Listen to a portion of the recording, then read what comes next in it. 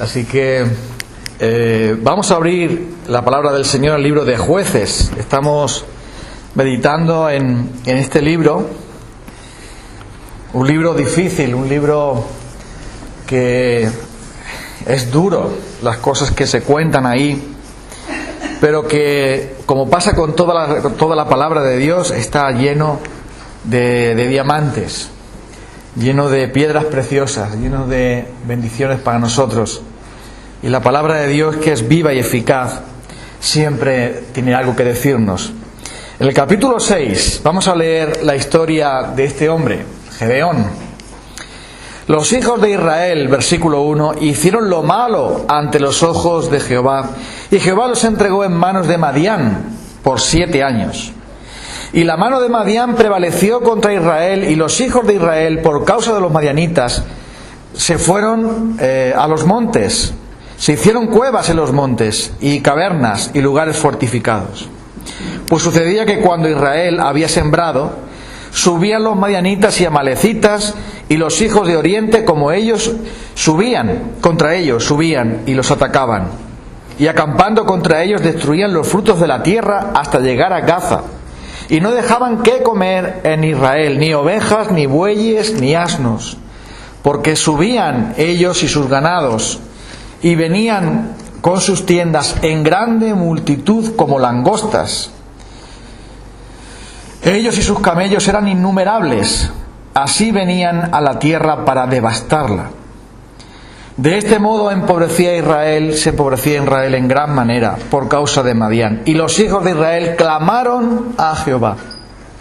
Cuando los hijos de Israel clamaron al Señor a causa de los madianitas, el Señor les envió a los hijos de Israel un varón profeta, el cual les dijo: así ha dicho el Señor, Dios de Israel: yo os hice salir de Egipto y os saqué de casa de servidumbre, os libré de la mano de los egipcios y de la mano de todos los que os afligían, a los cuales eché de delante de vosotros, y os di su tierra.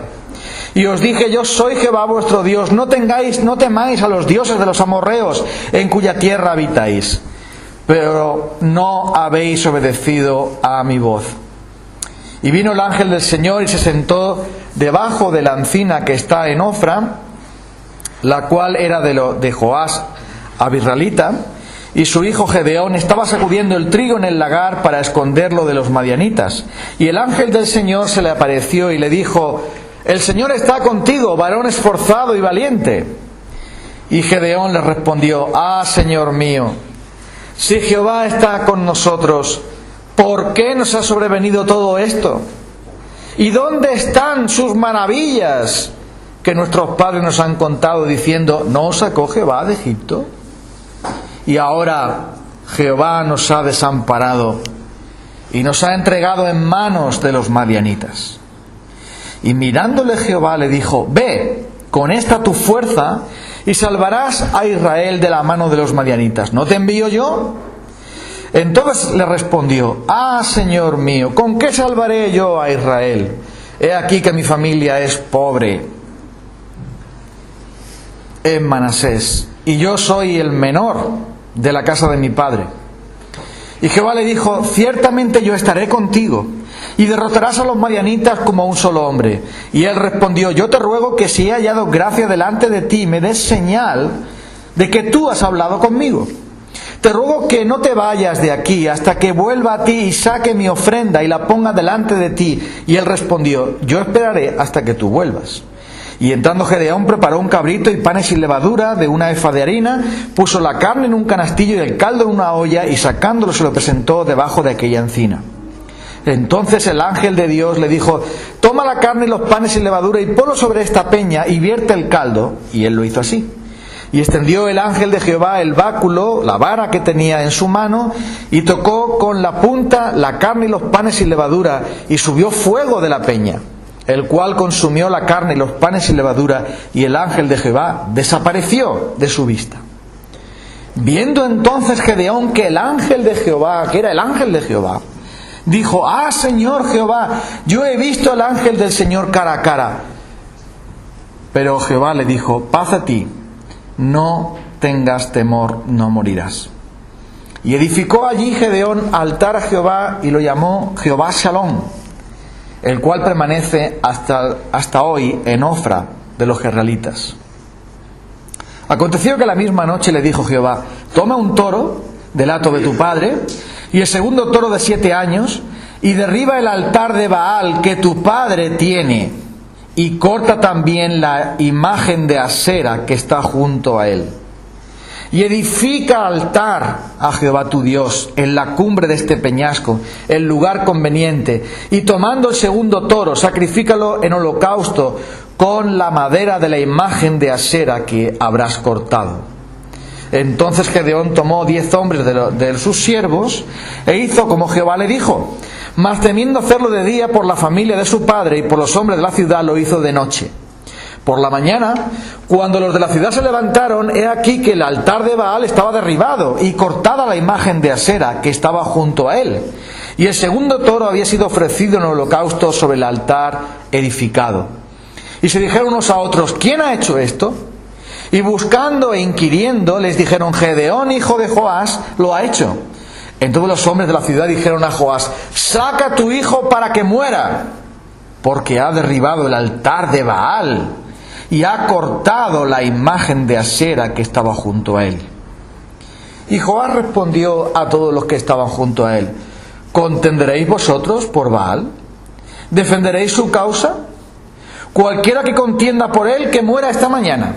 Si es un dios, contienda por sí mismo con el que derribó su altar. Aquel día fue llamado Jerobaal, esto es, contienda Baal contra él, por cuanto derribó su altar. Pero todos los madianitas y amalecitas y los de oriente se juntaron a una y pasando acamparon en el valle de Jezreel. Entonces el espíritu de Jehová vino sobre Gedeón, y cuando éste tocó el cuerno, los israelitas se reunieron con él.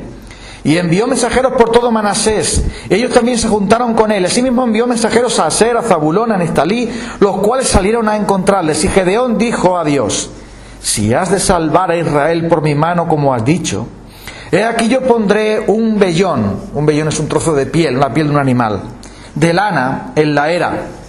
Y si el rocío estuviera en el vellón solamente, quedando seca toda la tierra, entonces entenderé que salvarás a Israel por mi mano, como has dicho. Y aconteció pues que cuando se levantó la mañana, exprimió el vellón y sacó de él un tazón lleno de agua. Mas Gedeón dijo a Dios: no se encienda tu ira contra mí si aún hablare otra vez. Solamente probaré ahora otra vez con el vellón.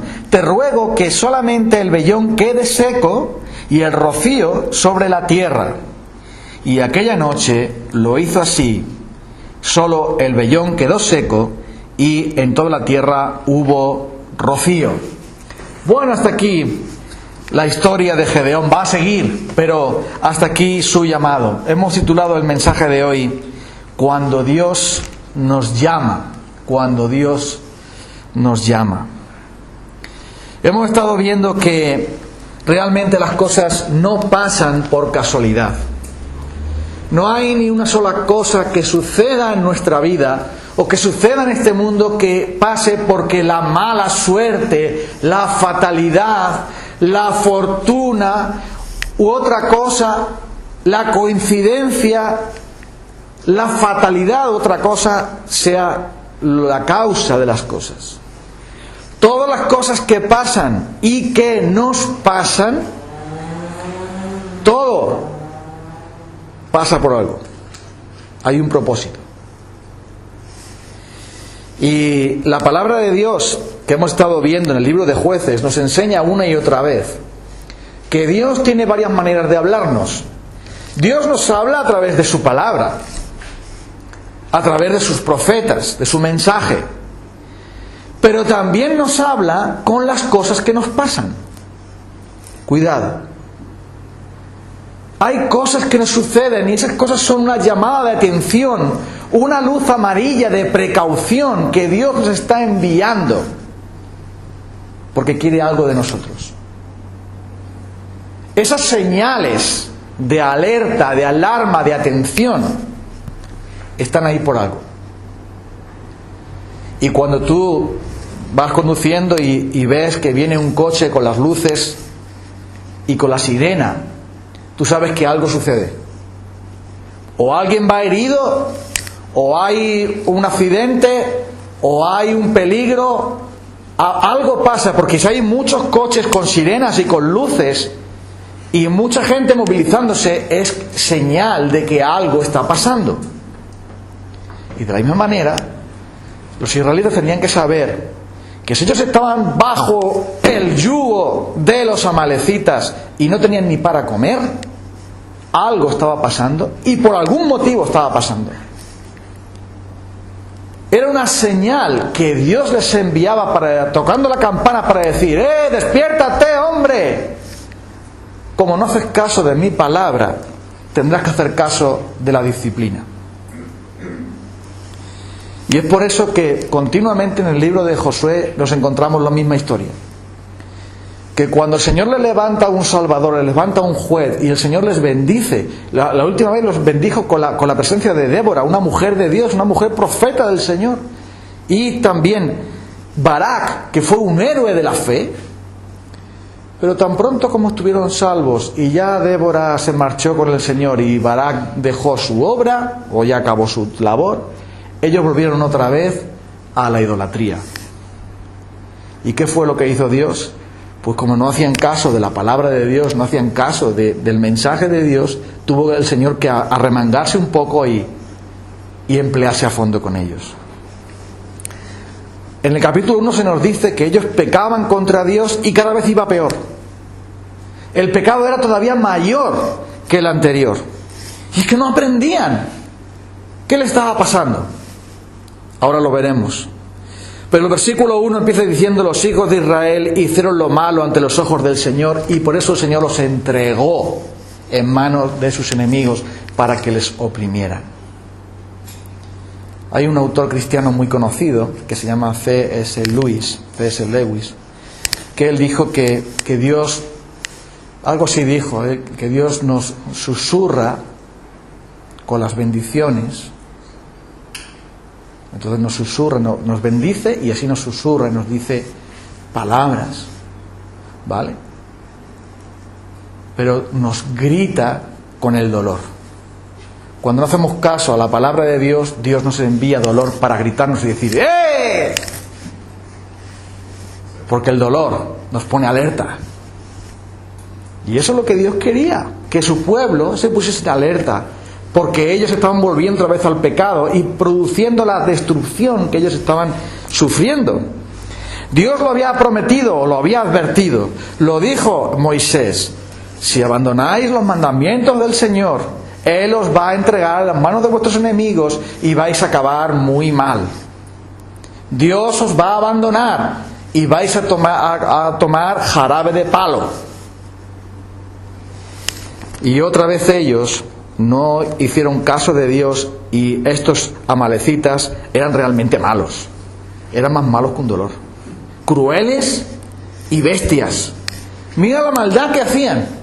Los israelitas todo el año trabajando. Venga a sembrar, venga a labrar, venga a podar, venga a trabajar en el campo, a cuidar de las ovejas, a cuidar de todo. Y cuando ya está a punto de venir el fruto, de cosechar algo para tener su sustento, una invasión de los amalecitas, que llegaban en tromba, y como ellos no tenían poder militar y solamente les quedaba,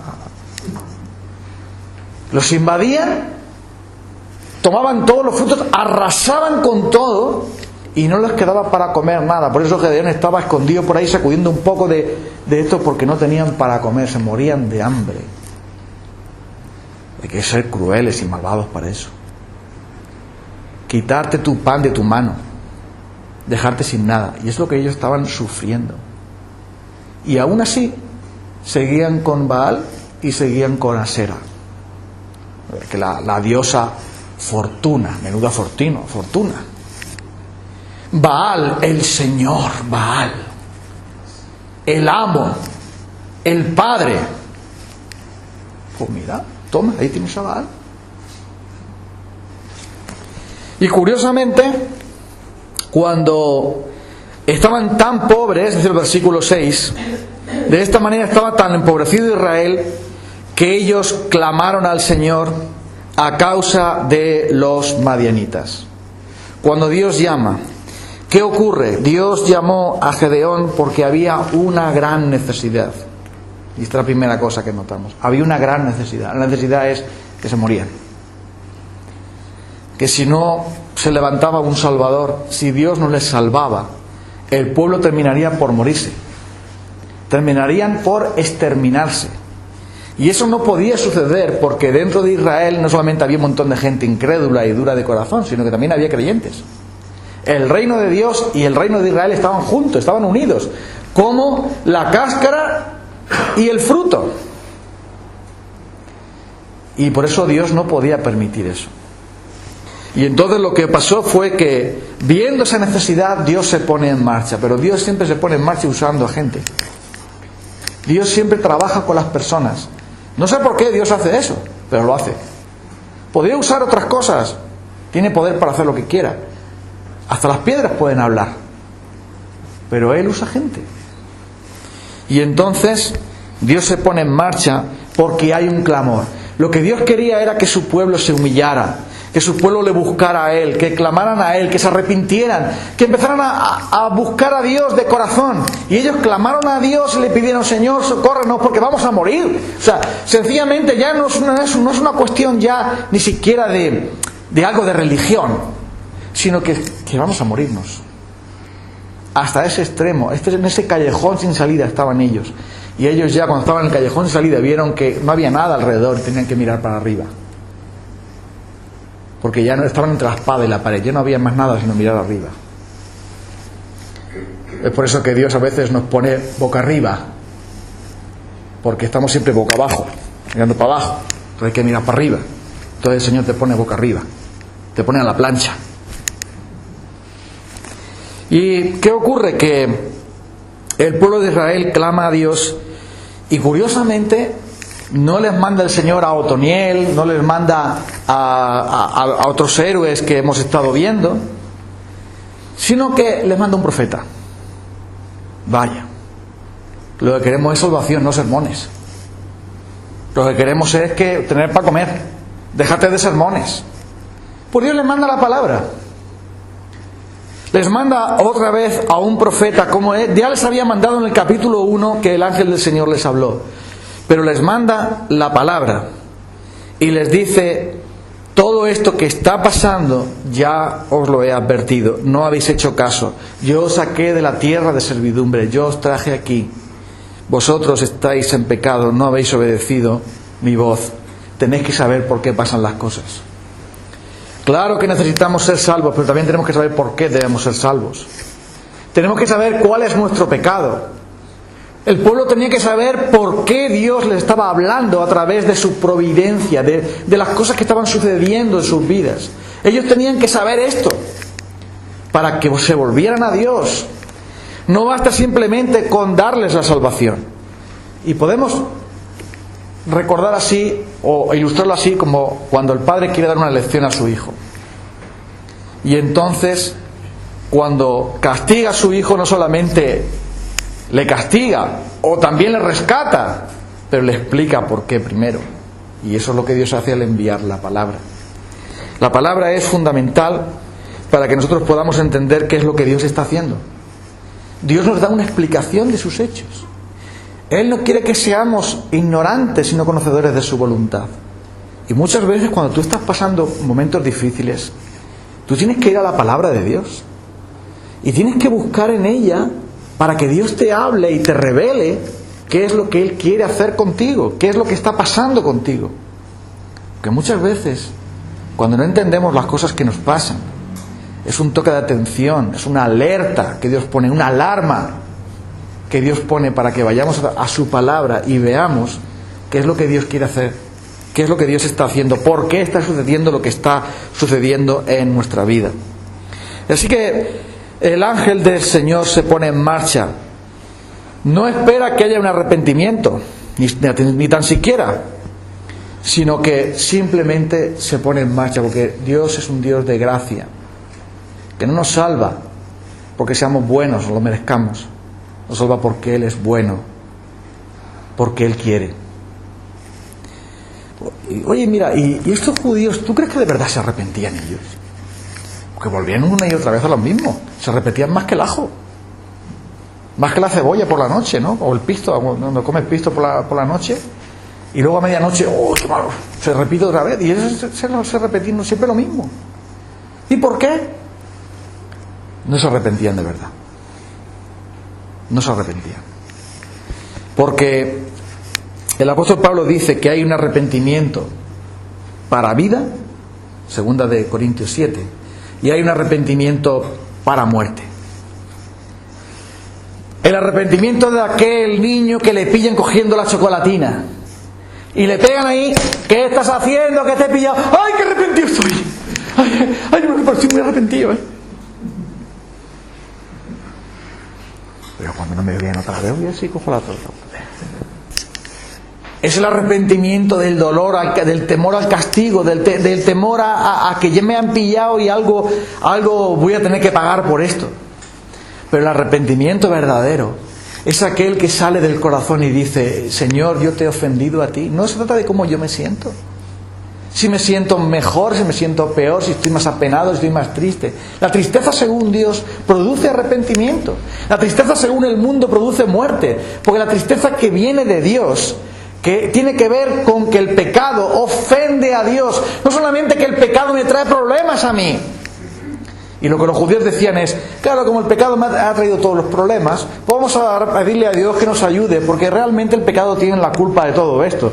Todos los problemas que tenemos nosotros nos vienen por el pecado. Pero ellos no están pensando en Dios. Ellos no están pensando en cómo se siente Dios. Solo temen el castigo.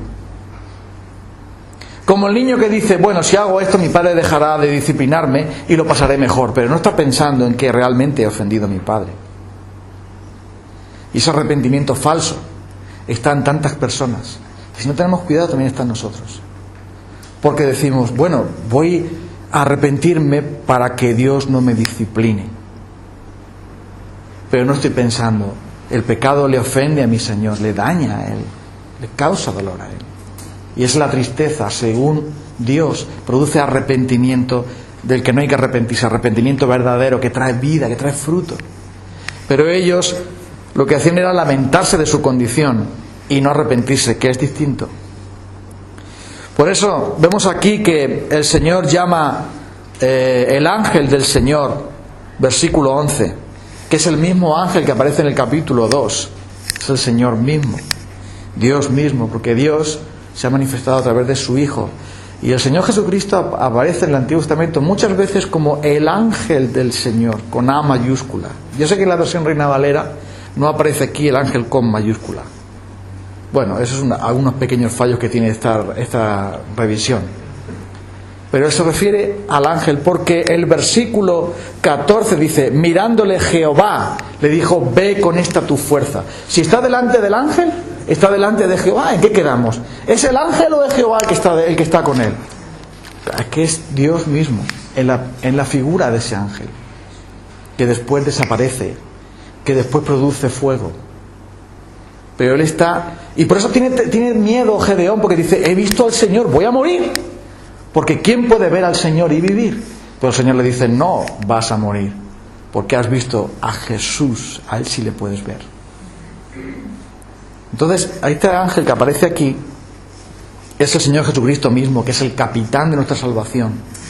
Es el mismo Señor Jesucristo que vio Josué, que lo vio desde lejos y le dijo: eres tú de los que van con nosotros, los que van en contra de nosotros. Y él dice: espérate, que estás pisando tierra santa. Y entonces él se postra y le adora, porque reconoce que es el mismo Dios, ¿verdad? Y es el mismo Señor Jesucristo que viene a él y llama a Gedeón y le dice: Gedeón, el Señor está contigo, eres esforzado, eres valiente. Mucho valor no tenía, porque dice: ahora que no me ven los Gedeón, que voy a sacar aquí, que antes de que vengan y me maten. Pero él está escondido ahí, pero el Señor le ve a él como un hombre esforzado, como un hombre valiente, aunque ahora estaba equivocado. ¿Y sabes por qué estaba equivocado? porque él también estaba con la idolatría, de alguna manera. Versículo 13. No entendía Gedeón lo que le estaba pasando. El Señor está contigo, varón esforzado y valiente. Y dice el versículo 13, y Gedeón respondió: ay, Señor mío, si el Señor está con nosotros, ¿por qué nos ha sobrevenido este mal? ¿Y dónde están todas esas maravillas que nuestros padres nos han contado, diciendo: ¿no nos sacó Dios de Egipto? Ahora el Señor nos ha desamparado y nos ha entregado en mano de los madianitas.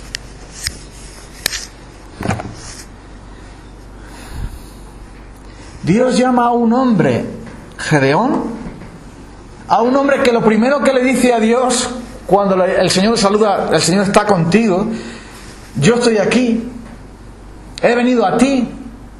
Y lo primero que le dice Gedeón al Señor es: Dios no está con nosotros. ¿Qué va? Porque si Él estuviera con nosotros, ¿no nos habría sobrevenido este mal? No estaríamos pasándolo así tan mal. No, Dios no está con nosotros. Porque si no, ¿por qué nos sobreviene esto? La pregunta que todos sabían cuál era la respuesta, pero a nosotros los seres humanos nos encanta preguntar lo que ya sabemos. ¿Verdad? Somos como los niños. ¿Y ahora qué tengo que hacer? Los deberes. Y después, ¿qué tengo que hacer? Merendar. Y todos los días preguntan lo mismo. ¿Y ahora qué tengo que hacer? Los deberes. ¿Y ahora qué tengo que hacer? Merendar. Y los seres humanos somos así. ¿Y dónde está Dios? ¿Y por qué Dios permite esto? ¿Por qué Dios permite lo otro? ¿Y por qué no sé cuánto? Pero ya sabes la respuesta. La respuesta la tienes en lo que te está pasando. La respuesta la tienes en el profeta que el Señor ha enviado. La respuesta la tienes en tu propia conciencia, en tu propio corazón, que Dios te revela a ti. ¿Dónde está Dios? El problema no es dónde está Dios, dónde estás tú. El problema no es dónde están las maravillas de Dios, es dónde está Dios. El problema es dónde estás tú. ¿Qué estás haciendo tú? Y Gedeón le pregunta esto y le dice: no puede ser que Dios esté con nosotros. Pues sí, es al revés, Gedeón. Precisamente porque Dios está con nosotros, con vosotros, es porque os está dando duro para que volváis a Él. Porque si Dios no estuviera con vosotros, os hubiera dejado como las demás naciones a seguir a vuestro propio rumbo y condenaros. Os hubiera dejado la propia incredulidad de vuestro corazón, adorando estatuas, siguiendo a los demonios, echando a vuestros hijos al fuego para agradar a Moloch, y sin esperanza y sin Dios en este mundo. Precisamente porque el Señor al que ama disciplina. Porque azota a todo aquel que recibe por hijo. Precisamente esa es la prueba del amor. La prueba del amor es que Dios no te deja. La prueba del amor es que Dios te golpea. La prueba del amor es que Dios deja que pasen cosas malas en tu vida para que te vuelvas a Él. Si el Señor está contigo, por eso está contigo. Porque si no te dejaría como los demás, a los que no les pasa nada. La prueba del amor, la prueba de la presencia de Dios en nosotros es que Dios nos trata a veces con rudeza. Bueno, rudeza no, pero con firmeza, quería decir. Y esa es la prueba de que Dios me ama. Gracias a que el Señor me trata a mí con firmeza, cuando yo me aparté del Señor más de una vez de jovencito y volví a meterme con problemas de pecado como antes tenía de conocer al Señor, y el Señor permitió que ocurrieran en mi vida una serie de accidentes que yo tuve. Esa fue la evidencia de que el Señor estaba conmigo. Un día íbamos de borrachera, unos cuantos amigos, íbamos en moto y salíamos de un pueblo donde habíamos estado de fiesta. Yo llevaba a un compañero conmigo y no teníamos luz, era casi de noche, no teníamos luz, y entonces delante iba uno que iba tan borracho como nosotros, conduciendo. Yo llevaba a otro detrás, íbamos 4. Y no veíamos porque era de noche y no veíamos porque habíamos bebido. Y entonces la carretera era recta, pero el rastrojo también estaba recto. Nos salimos de la carretera, se volcó, yo no sé, íbamos sin casco ni nada, yo no sé qué pasó ahí. Me rompí la tibia, el peroné, los ligamentos y no sé qué y no sé cuánto. Y yo estaba tirado ahí en el rastrojo. A mi amigo que iba montado conmigo no le pasó nada. Nada, ileso. Empezaba a reírse. Los que iban delante se pararon. Fran, ¿qué pasa? ¿Qué pasa? Y yo estaba tirado ahí. ¡Ay, que me duele! ¡Ay, que me duele! Y entonces, empezando así, le hago una pregunta al Señor. Y le digo, ¡ay, Señor! ¿Por qué me ha pasado esto?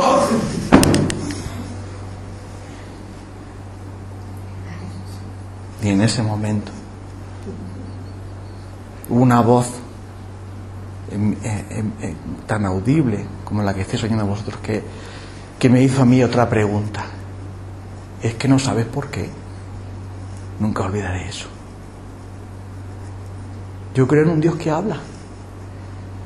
No sé si tú crees en el Dios que habla. Yo sí creo en el Dios que habla. Y entonces cuando oí esa voz, no tenía ninguna duda que era Dios hablándome. Y digo, desde ese momento ya no dije más nada. Llega un coche por ahí que pasaba, me meten ahí en un... yo creo que me dañaron más la pierna y todo, me cogieron ahí en el coche, saca un pañuelo blanco, porque tío, ese pañuelo blanco ahí, si tú sabes cómo va eso. Venga corriendo al hospital. Van allí al hospital, me hacen una radiografía. Esto está fatal. Madre mía. Te vas a perder la feria este año. No me digas que me voy a perder la feria. Sí, te vas a perder la feria este año. Este año no vas a bailar tú. Ya veremos a ver si no te quedas cojo. Así de brutos eran los traumatólogos de mi pueblo. Menudo ánimo te daban. Y viene a visitarme el pastor de mi iglesia. Era un hombre inglés, ya está con el Señor. Llega el hombre, me dice, oye Fran, ¿cómo estás? Bueno. Oye Fran, mira, ¿tú qué piensas que Dios te está diciendo con esto que te ha pasado? Aquello me dejó.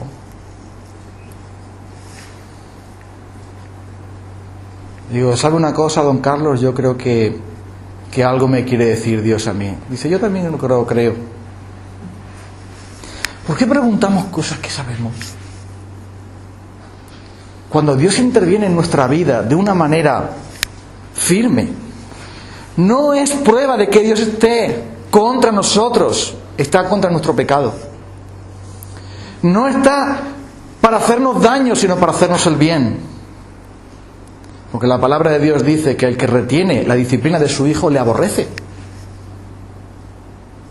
Y por ese motivo, Gedeón le pregunta a Dios, no, el Señor no está con nosotros porque como están pasando cosas tan malas, eso demuestra que el Señor no está con nosotros. Y la respuesta del Señor, no hay ninguna respuesta. La respuesta ya la había dado el profeta. Vosotros os habéis apartado de mí, habéis hecho lo malo delante de mis ojos y se ha cumplido la palabra que está escrita, la advertencia que ya os di. Pero mira la gracia de Dios hacia ese hombre. Que el Señor, en vez de regañarle o desecharle, decir, mira, tú no vales, Gedeón, está claro. Porque si encima haces esas preguntas de bobo, es que si preguntas eso, hombre, Gedeón, tú que tienes en tu casa un altar de Baal y un altar de la diosa Asera, y tu padre te ha enseñado el Antiguo Testamento y te ha enseñado también a adorar a Baal, ¿me vas a decir ahora que me preguntas esto?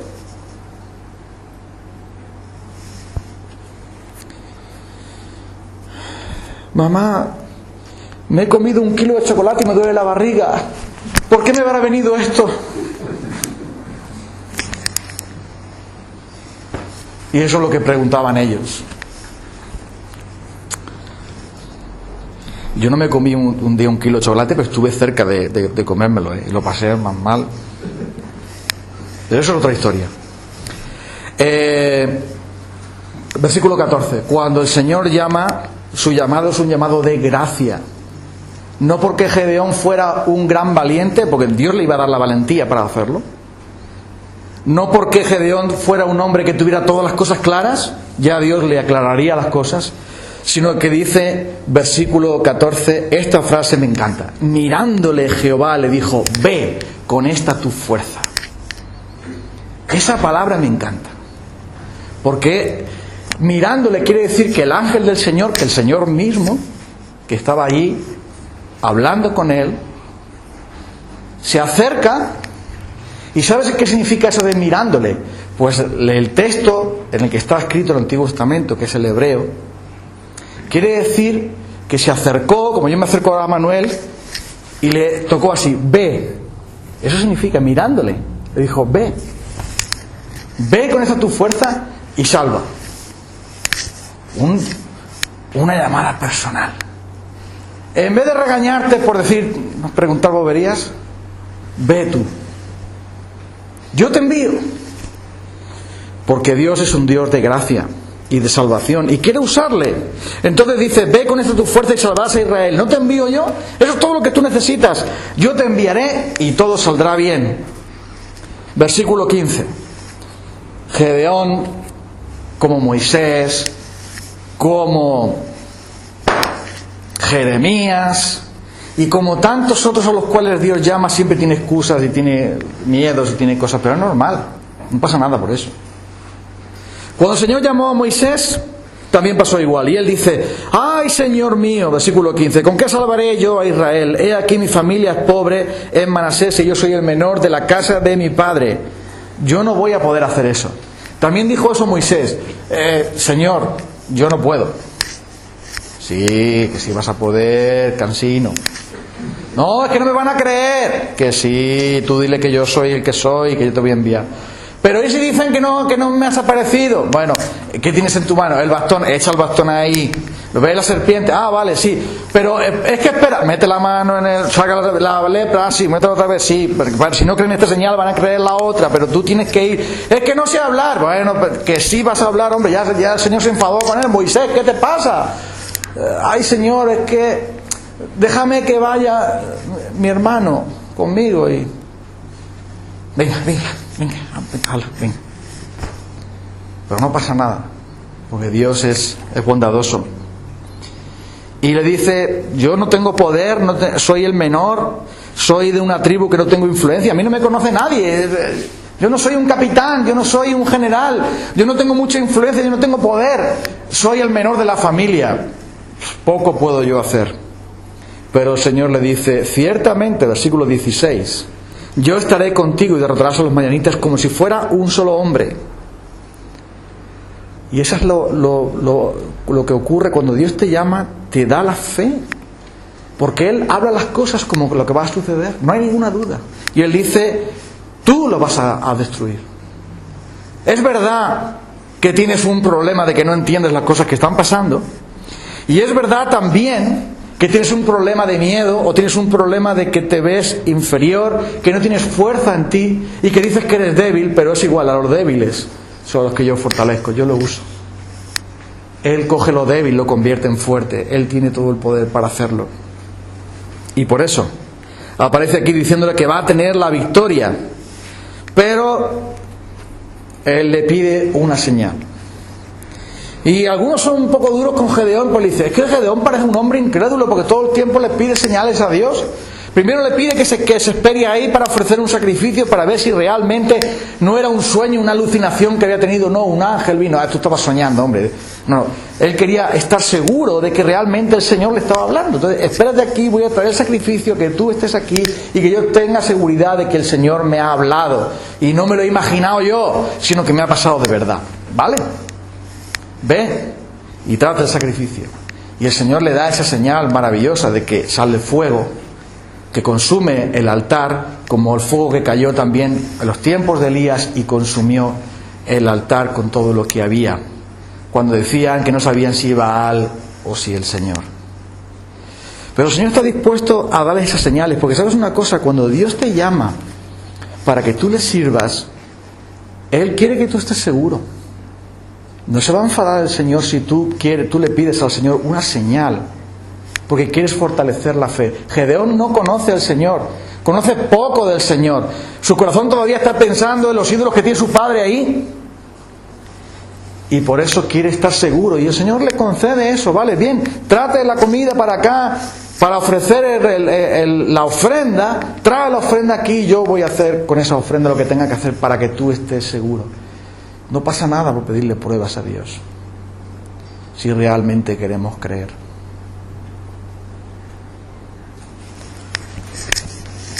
La primera persona a la que yo le hablé del Señor era a mi primo, Pedro.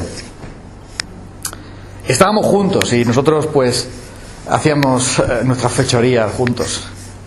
Cuando yo conocí al Señor, entonces le dije, oye, ya no cuentes conmigo para estas cosas. Ah, no, ahora voy a ir a la iglesia evangélica. ¿Pero qué dices? Sí, yo voy a ir a la iglesia evangélica. Pero él empezó a ver que yo había cambiado mucho y un día, oye, ¿tú por qué has cambiado tanto? ¿Por qué has dejado? ¿Por qué no haces? ¿Qué es lo que te ha pasado? Entonces yo le cuento cómo yo conocí al Señor. Yo puedo ir también, sí, vamos a ir, que está el pastor, pero también hay el líder de jóvenes. Y vente que vamos a estudiar la Biblia juntos. Y entonces él empieza a venir, empieza a escuchar del Señor. Y estaba muy confundido. Entonces decía, bueno, pero es que yo veo lo que te ha pasado a ti, pero es que yo eso de la religión, yo era monaguillo, esto no lo entiendo, yo no sé si esto es verdad o no. Que sí, hombre, que sí, que es verdad, tú ya sabes cómo yo soy, y es que el Dios me ha transformado, he conocido a Jesucristo de verdad, esto no es ningún cuento, esto es algo real. Ah, pero yo no sé. Y una noche llega a su casa y habla con Dios y le dice así: oye, Señor, si de verdad tú existes, si de verdad tú eres real y eres como dice mi primo que eres, y él ha podido cambiar de esa manera, yo te pido a ti que me des una prueba de que realmente tú eres Dios, que puedes cambiarme a mí. Y la prueba va a ser esta: si yo mañana me levanto y ya no tengo ganas de fumar hierba, y no era té lo que se fumábamos, era otra cosa, y no tengo ganas de hacer todo lo que hacíamos, entonces sabré que de verdad tú eres Dios. Eso fue lo que le pidió mi primo a Dios. Al día siguiente se levantó. Ahora le podéis preguntar a él qué opina. No es que las señales sean para tentar a Dios. Hay señales pecaminosas que algunos hombres pidieron y fueron castigados por ello. Pero cuando le pedimos al Señor una señal por fe, para fortalecer nuestra fe, Dios no se va a enfadar por eso. Hubo un hombre que no creyó a Dios y le pidió una señal. ¿Te acuerdas? Zacarías. Toda su vida el hombre sin tener hijos. Ya su mujer ya era como el yogur caducado. Y él era ya un hombre muy mayor. Y iba a nacer nada más y nada menos que el primo hermano del Señor Jesús. ¿Verdad? Y él estaba ministrando en el templo, ¿te acuerdas? Estaba ministrando allí en el templo, le tocaba por turno ofrecer el incienso en el nombre del pueblo y tal, haciendo su porque era sacerdote. Y le aparece un ángel ahí, un ángel del Señor. Oye, Zacarías, tus oraciones han sido escuchadas, la oración de tu esposa y tuya ha sido subido delante del Señor, y vengo a darte una buena noticia. Tu mujer va a dar a luz un hijo y va a ser un siervo de Dios tremendo.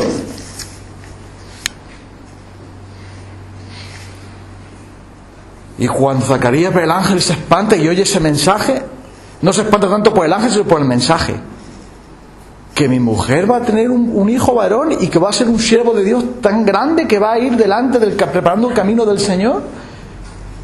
¿Y en qué conoceré yo eso?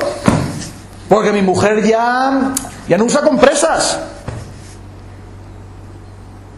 Y el ángel le dice: ¿ah, sí? Pues te vas a quedar ahora calladito una temporada hasta que se cumpla eso. Yo creo que su esposa lo agradeció que se callara ya eso, Zacarías.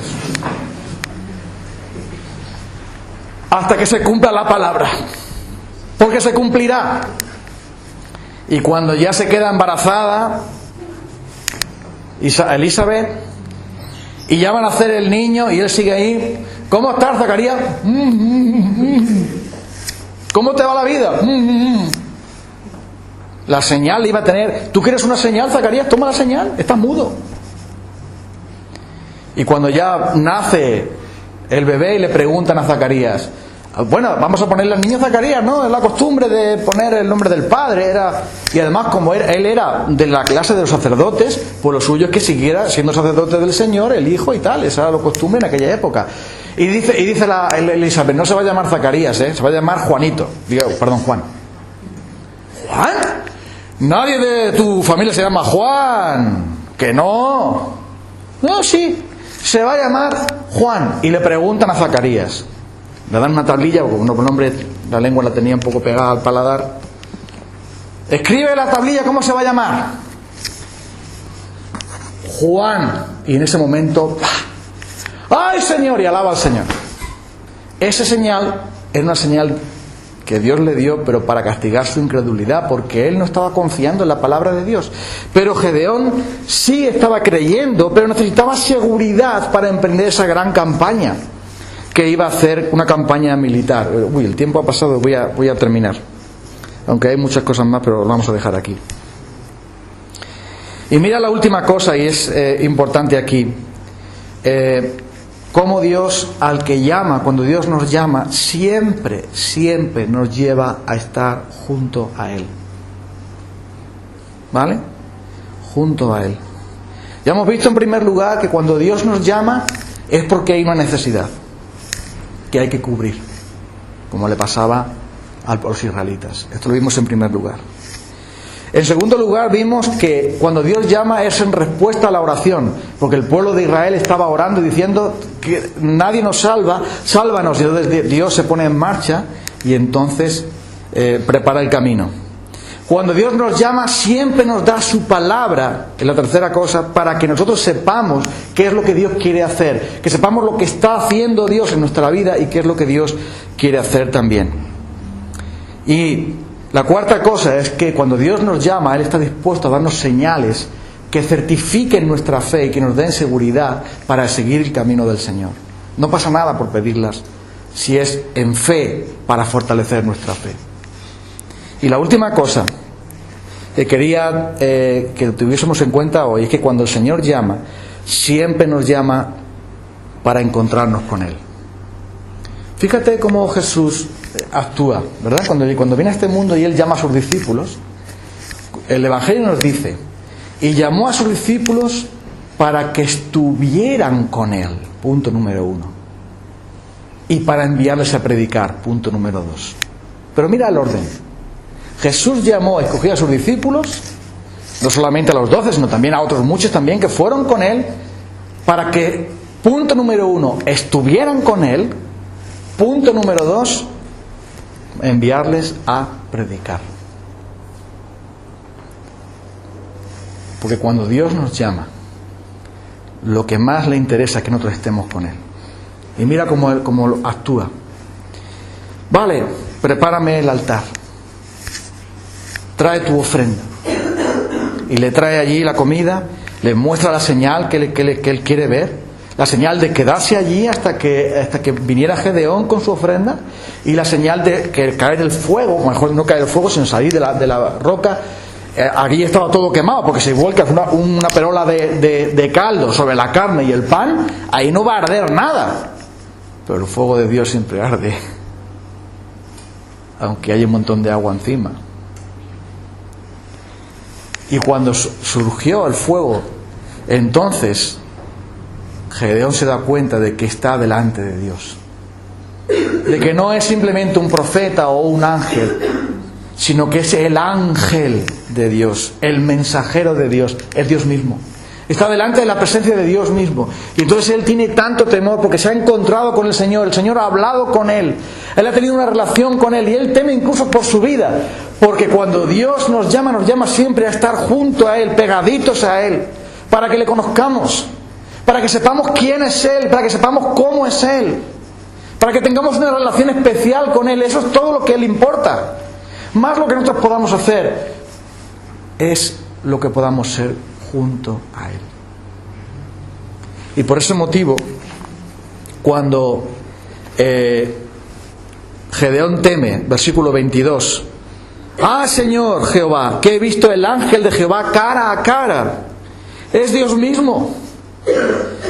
Pero Jehová le dijo, paz a ti, no tengas temor, no morirás.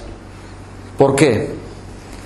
Porque Jesús no ha venido para condenar, sino para salvar.